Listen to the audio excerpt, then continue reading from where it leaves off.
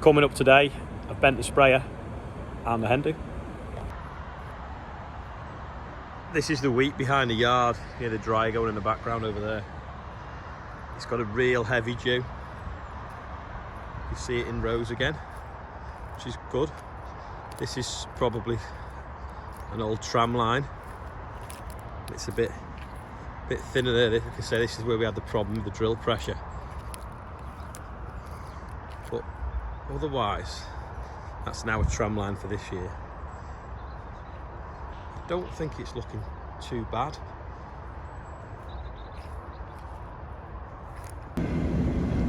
Andrew's just going to drop the rollers off. We're finished with them now. I think Bill and Joe want them. I've just got the last tank of spray in the sprayer now, ready to go. The chipper problems, that solenoid's red hot and not working now. And we had a spare last time, but what do we have this time? Swap the solenoid now with the one for the drawbar up and down. See if that works now. It's working now. It wasn't engaging the clutch for the belts. Just at Brookhouse, which is a new farm. Because there's a hen party we're staying, just checking that they've not wrecked the place and getting the keys back off them. Project shed is sort of, where are we? There. The lads are going to have another go at it today now, so we can take the scaffolding down out the way. Right, you've got to all smile.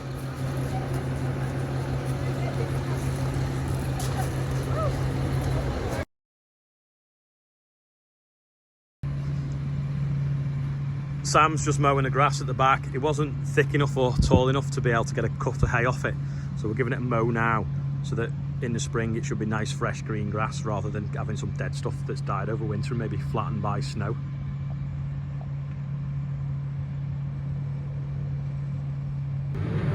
The digger is loaded up on the back of the 936 and the low loader, ready to go up and level some of that soil off. It's a proper rig.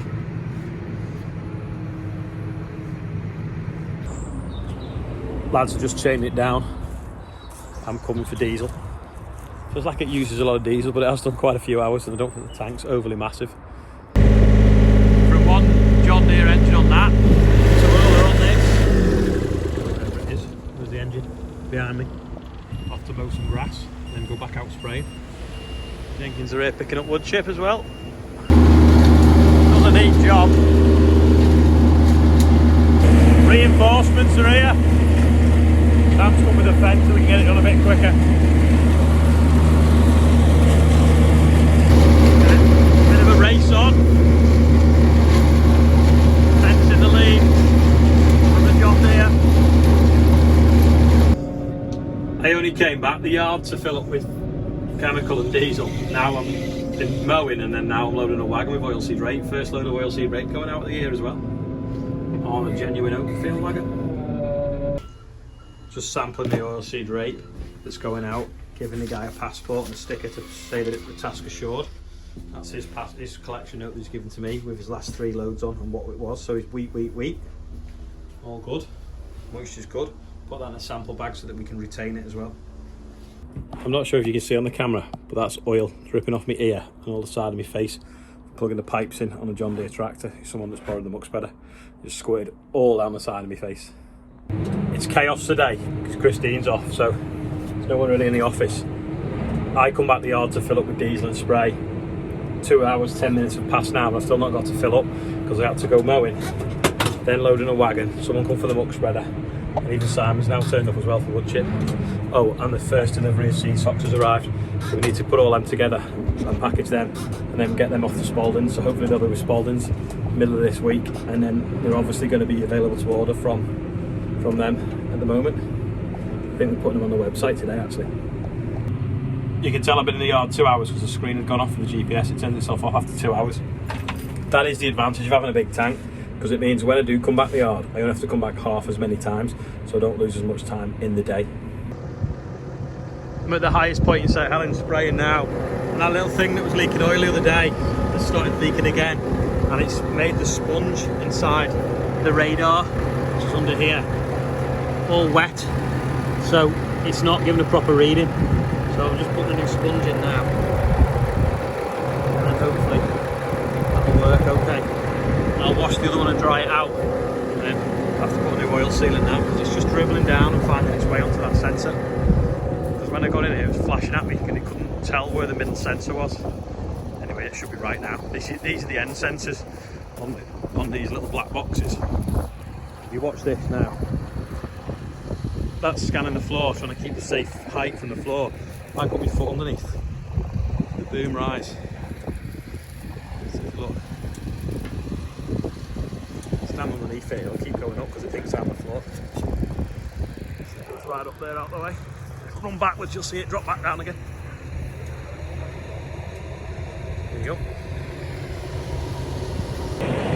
I've come up with a new thing for the sprayer. A birthday bumper.